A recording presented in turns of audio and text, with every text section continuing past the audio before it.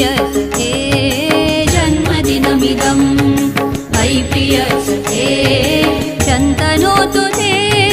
सर्वदा मुदम् शन्तनोतु ते सर्वदा मुदम् प्रार्थयामहे भवशतायुषी प्रार्थयामहे भवशतायुषी ईश्वरः सदा त्वां च रक्षतु ईश्वरः सदा त्वां च रक्षतु पुण्यकर्मणा कीर्तिमर्जय पुण्यकर्मणा कीर्तिमर्जय